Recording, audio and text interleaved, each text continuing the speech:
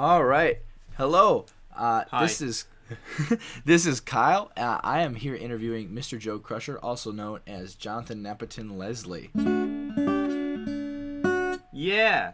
I think that means hello. Hi. All right. Let's go ahead and get started. This is just a little bit of an interview, just so you guys can get to know Johnny a little bit better. Jan? Johnny. I've never called you John in my life, but Yeah, boy. So this is just a little bit so you guys can get to know him a little bit better. So I figured we would start off just kind of like we started off the one on 10 out of 10ers channel. Go peep that out if you haven't heard it yet. Just with a little funsy question. Okay. Ooh, here we go. I love these. Are you ready for it, Johnny? These are my jam. Okay. What is the weirdest thing you've ever tasted and why? Okay. Not necessarily the worst, Uh, but the weirdest thing you've ever the tasted. weirdest thing I ever tasted. This is actually a pretty good story. I like this story a lot. So I'll do anything if somebody challenges me to do something. I can concur. Like if they're like, "Oh, I bet you won't." I'm like, "Ah, I bet I will," and then I do it. So anyway, especially if there's money involved, which sounds really bad, but it's not as bad as you think. just give me a second. Okay, so I was my freshman year of high school, and there was this girl, and she's like, "Hey, I'll give you $5 if you eat this sandwich off the floor." And we were in the middle of moving. It was small Christian school, right? Sure. So you gotta kind of get a little bit of the perspective. All these kids have eaten there all day. High schoolers are the last one to eat, and so all the junk, all the crummy stuff is on the floor already. And there's this half sandwich on the floor as well. And she says, "I'll give you $5 if you eat the sandwich off the floor, the entire thing." No, Johnny. I did it. Oh, boy. And you know what the worst part was? She didn't even give me the $5. Her friend did, because she felt bad for me. What a jerk. I know. And you know, well, the part about the weirdest tasting, I have no idea what that sandwich was. I genuinely have no clue. Like, I have no idea. was it a meaty No sandwich? idea. No, I don't know. It could have been. It could have been peanut butter and jelly. It could have just been peanut butter. Okay, here's how I remember it. There was like the half sandwich, and it was kind of orangey, like the middle part. So it could have been fish. Honestly, that was that bad, but I ate it all. It was orangey? It was orangey. Did it taste good? No, Oh, how No. long had it been sitting there? it had been sitting there a good while. Probably. Oh, Johnny. Yeah, Oh, Johnny. yeah. Oh, It was. No. I got $5. Not from her, but I got $5. What did you spend that $5 on? Oh, probably like chocolate milk or Yoo-hoo to wash it down. Dude, chocolate milk's my favorite. Dude, same. All right, so on to the more like invasive questions. Just kidding, they're not that invasive. Yeah, sad day. But they're just a little bit like a little pokey. First, and the most pressing one, I think that's on everyone's mind, is why in the world is the name Mr. Joecrusher a thing? Okay. So here's actually a really terrible story that everyone's going to hate me for and unsubscribe and be like, "You're not original." It'll be. So here's how it happened. I was 6, right? 6 or 5. And I lived here in, the area, Watertown. And I had a next door neighbor. And I would play with his kids. But one time he came out and he was just, like watching his kids. I don't know, like doing some gardening work or something like that. And then, like, he starts talking to me a little bit because I'm just, like, wandering around. And he's like, "Hey, do you play video games?" And at the time I had a Super Nintendo. Ooh. And it was so cool. Playing, Classic. like, Ninja Turtles all the time with my brother. Classic. And anyway, he's like, so my gamer tag is Joecrusher. And I was like, "Why is that?" And he's like, "Oh, well, it's because I crush all the average people who play." And I was like, "Oh, so you're like slightly above average?" No. And so when I was like 8, I was like trying to figure out, what I was going to be on Roblox. And so then What a game. yeah, I know. And so then I just typed it in Joecrusher and I was like, this is the one for me. Sure. So then come onto YouTube in the scene where I start, 2012, I'm 13, and I'm like, Joecrusher. Username's already taken. That stinks. So it has the suggestions on YouTube. It's like, you could add 7 numbers after it. You could add nothing and just quit. Or you could add MR at the beginning. And I thought, that sounds pretty good. I'm going to do that. So now I'm Mr. Joecrusher. All right. Yeah. What a story. Uh-huh. So I'm entertaining. yeah. So along those same lines, gotta ask. So you just uploaded a video last night. Some might say early this morning. Mm-hmm. It was a video about you making laundry. Yeah. / doing laundry. What's up with that? So I had an idea. That, hey, look, I have a lot of laundry that I should do soon. And as of now, I still haven't done it. That basket's actually still in the laundry room downstairs.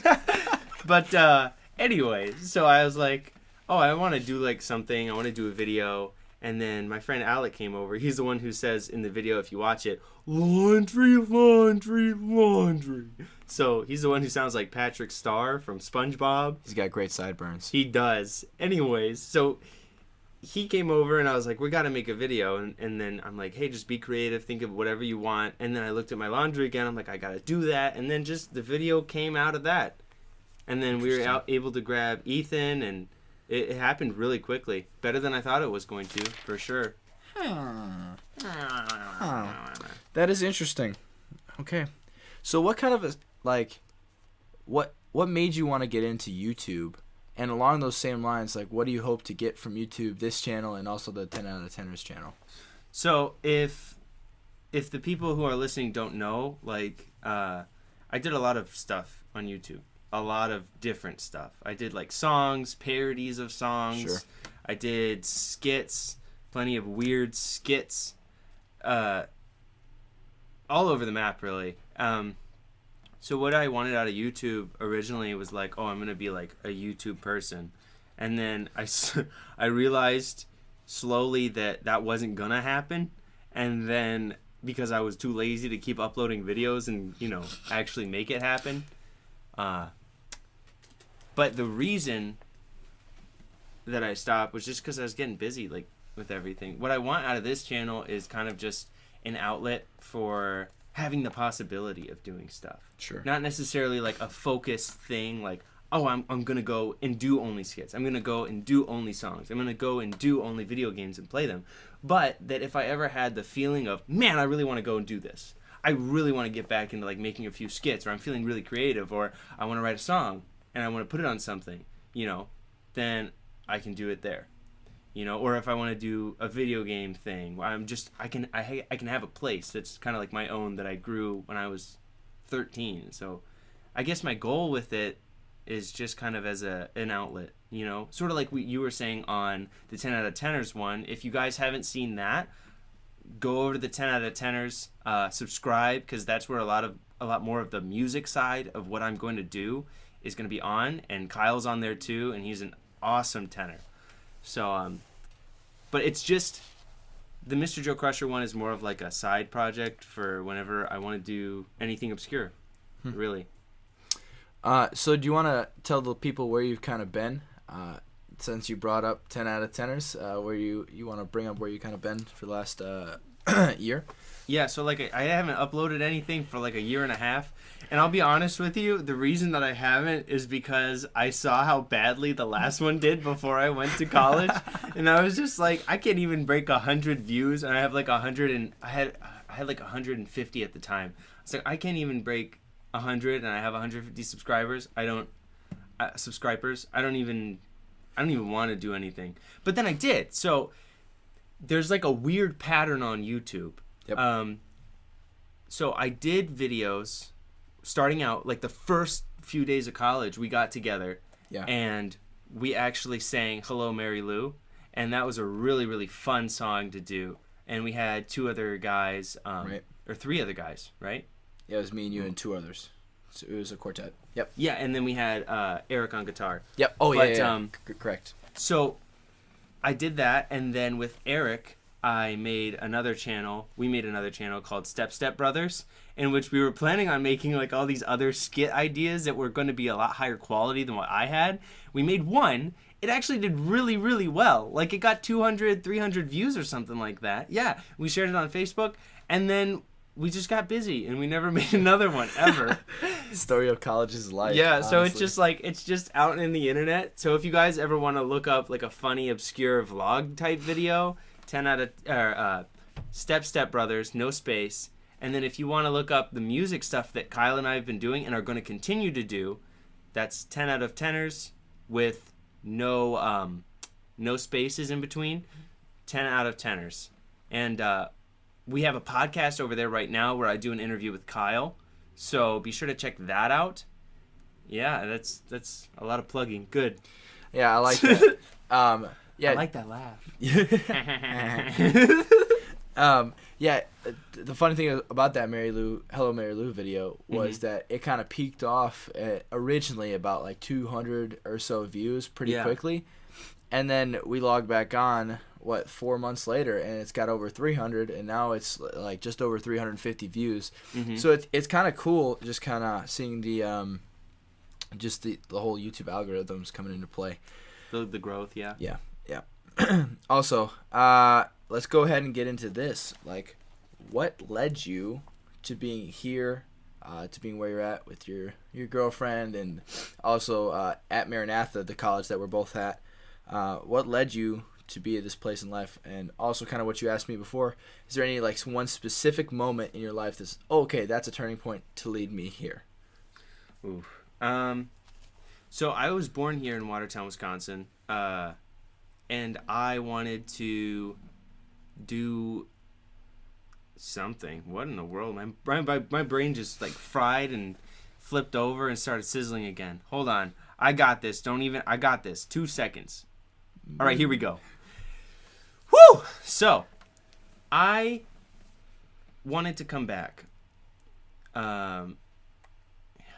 There were other colleges, you know. I was always kind of that kid who's like, I'm going to go to Bible college. There wasn't really any other option that I wanted. Sure. So, I think God had directed that kind of in my life for a long time. But it was just a matter of which one am I going to go to. And the girl that I kind of liked at the time, I liked her a lot. But the girl I liked at the time was going to PCC. And I was like, oh, I guess I might go there. But then she was awesome. And she told me, she's like, don't you dare go to college just for a girl. And so I was like, that's some really good advice. And we're good friends right now. But I remember going to PCC, and then it was like at a basketball camp. And I was like, I personally, I saw it great for other people, and they really loved it and enjoyed themselves, and they have some great stuff there. But for me, it was just something that didn't settle right. And so I was like, nah, I don't think this is for me. And for a lot of things, that was kind of that basketball camp. Hey, you guys that I'm talking to right now, you listening, yeah. I don't really do basketball. This is true. I can definitely side with him on that. Yeah, but it was just one of those things that solidified in my head at that basketball camp that I don't really feel like this is where God wants me to be. Yeah. That was a big one. I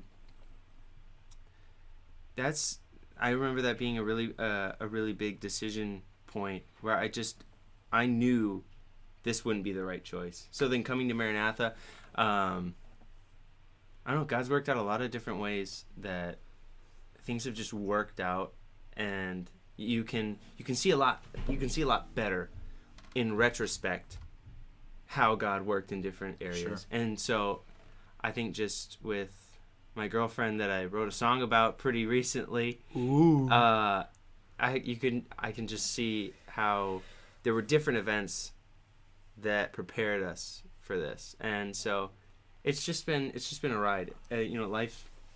Life is pretty great if you put in the effort, if you really let God direct, and then there it is. Yeah, that's something really cool. We're gonna get into music stuff in a little bit. Ooh-wee. I know you're eager to play the guitar. Oh boy. Yep, that's awkward. Ha ha ha. 5 people just clicked away. Yeah. You lost all 5 viewers that were going to Stink! Darn it. Come back, please.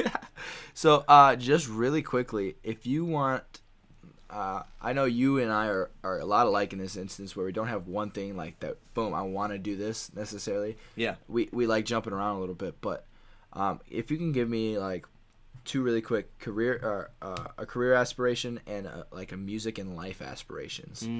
Like if you want to just 3 categories, career, music, and life aspirations, hit me with them. Bang, go.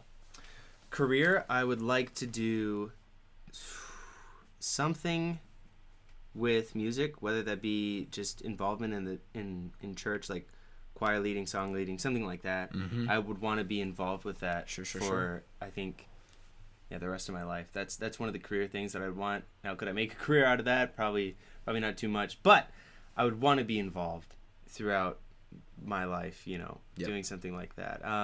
And another thing career-wise, I guess, kind of following into the music side, I want to write a song that would get, I don't know, not like blow up, but would kind of, maybe like a small little viral sensation that not a whole lot of people know about.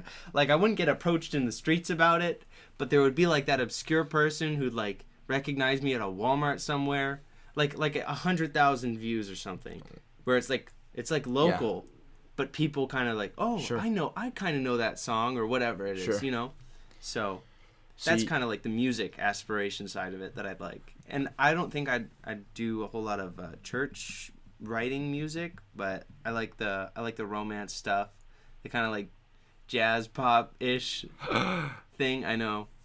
Oh man. So you don't quite want to be Rebecca Black, but like yes, Rebecca Black's like unknown niece. Yeah, that's who you want to be. Mm-hmm. Like, all right. So it's fine. Let's start that one. Nope. So now is the point in the podcast I think we're going to kind of close it with every week. Is just we're going to play a little bit of songs that we may or may not. Okay. He's passing me a guitar, so apparently I'm playing it. Bro, I can't play the song I wrote. Not on guitar, unfortunately. So we're just gonna say and / play the songs that we're working on, that we've written, or just like some jammy jams that we really like to play. So I think we're gonna play a verse and a chorus of a song that good old Jonathan wrote for his girlfriend. So I'm just gonna sing the last verse, and my girlfriend, whenever she listens to this, will know that that's kind of like our verse. But I didn't want to give away her name directly in the podcast. Ooh, awkward. Yeah. Ooh, because the song just kind of has her name like in the chorus, and so yeah. Glad I didn't say here we go. The blankety blank song. Uh-huh. Hold on.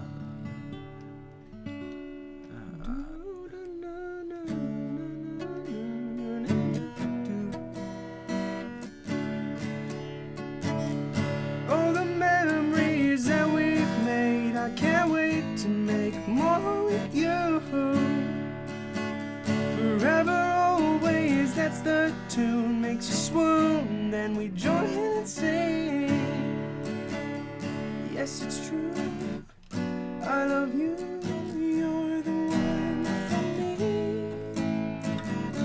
You are mine, forever, I'm so happy I fell in love with you. It's a lot easier to sing that belted. Yeah. So that's what we're going to end off with every week, a little bit of jammy jams. I'm sure we're going to do some more segments with a little bit longer music segments in them, or some more podcasts with some longer music segments in them for sure. But on that note, all of the podcasts from here on out are going to be on the 10 out of 10ers channel, okay? Good call. So I'm making this announcement, this little podcast for you guys, for the subscribers who are wondering, hey, where is he going to be if you guys ever, cared or we're keeping up or whatever. That's where we're going to be doing stuff. So 10 out of 10ers. All right. So, well, if you like this podcast, be sure to like and subscribe to Johnny, and as well as the 10 out of 10 YouTube page, if I can get that out. So, if you feel so inclined, come watch the podcast and listen to them again. Absolutely. We promise to at least laugh at ourselves, if not make you laugh during them. So, on that note, hope you all have an amazing day. Absolutely. And we will see you next time. Bye.